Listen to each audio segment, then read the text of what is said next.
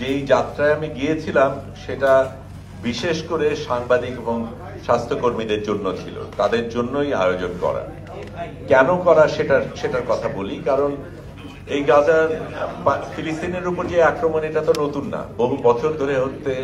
যদিও 7ই অক্টোবর 2023 নিয়ে এত কথা বলা হয়, এই আগ্রাসন, ইসরায়েলি আগ্রাসন তার অনেক আগের থেকে চলছে, কাজে সেটাকে ভুলে গেলে চলবে না। কিন্তু যেই জিনিসটা আমরা তারপরে দেখেছি যে পাশ্চাত্য দেশগুলি তার সাথে কিছু কিছু আরব দেশগুলি যুক্ত হয়ে যেভাবে ইসরায়েলকে সমর্থন করেছেন, মদত দিয়েছেন, সহযোগিতা করেছেন, সেটাতে খুব পরিষ্কার যে এটার রাজনৈতিক বিষয়টা শুধু গাজাকে নিয়ে না, এক ধরনের পৃথিবীকে একভাবে ঢালাওভাবে সাজানোর একটা চেষ্টা।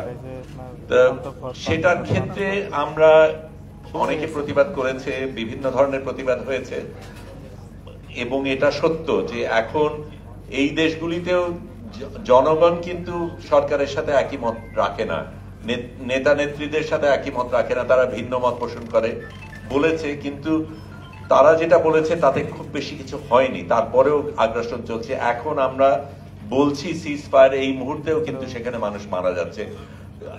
আগ্রাসনের কারণে যেমন মারা যাচ্ছে, দুর্ভিক্ষের কারণেও মারা যাচ্ছে, খাবার না পেয়ে মারা যাচ্ছে, পানি না পেয়ে মারা যাচ্ছে, সেই জিনিসটা চলছে। এবং তখন আমাদের অনেকের মনে হয়েছিল যে শুধু কথা বলে চলবে না, আমাদের কিছু একটা করে দেখাতে হবে। এবং এই যেই অবরোধটা করা হয়েছে, যে অবৈধ অবরোধটা করা হয়েছে, সেটাকে আমাদের আক্ষরিকভাবে, ফিজিক্যালি, দৈহিকভাবে এটাকে আমাদের ভাঙার চেষ্টা করতে হবে, সেটা না হলে হবে না। এই মিষ্টি কথা দিয়ে কিচ্ছু হবে না, কিচ্ছু আসে যায় না। সেটা করতে গিয়ে ফ্লোটিলা কিন্তু এর আগেও হয়েছে, 2008 হয়েছে, তখনই প্রথম যারা গাজা পর্যন্ত পৌঁছতে পেরেছিল। তারপরে কিন্তু কোনো ফ্লোটিলা গাজা পর্যন্ত পৌঁছাতে পারেনি।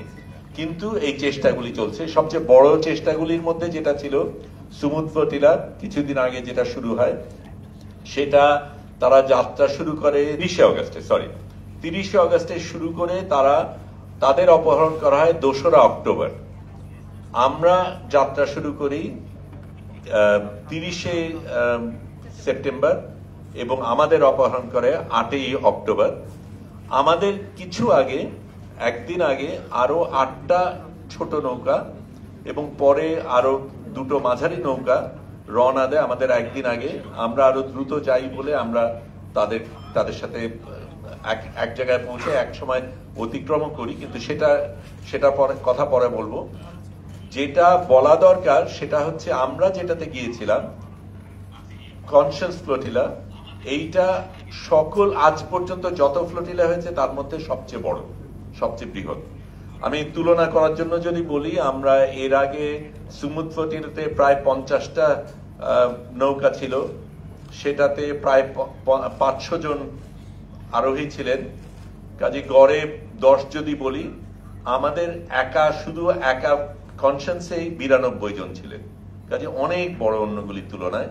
এবং এটাতে প্রধানত ছিলেন সাংবাদিক এবং মানবাধিকার স্বাস্থ্যকর্মী। সেটার একটা বিশেষ কারণ ছিল, কারণ দুটো জিনিস। একটা হচ্ছে এই অবরোধের কারণে সাংবাদিকদের বিচরণ করতে দেওয়া হয়নি, ইসরায়েল সেটা বাধা দিয়েছে, এবং স্বাস্থ্যকর্মীদের কাজ করতে দেওয়া হয়নি, হাসপাতালকে আক্রমণ করা হয়েছে, মানবাধিকার স্বাস্থ্যকর্মীদের খুন করা হয়েছে, সেটা একটা। এবং এই মানুষগুলির যে কোনো যুদ্ধের পরিস্থিতির মধ্যে এই দুই দল পেশাজীবীদের কিন্তু অবাধ আসা যাওয়ার হওয়ার কথা।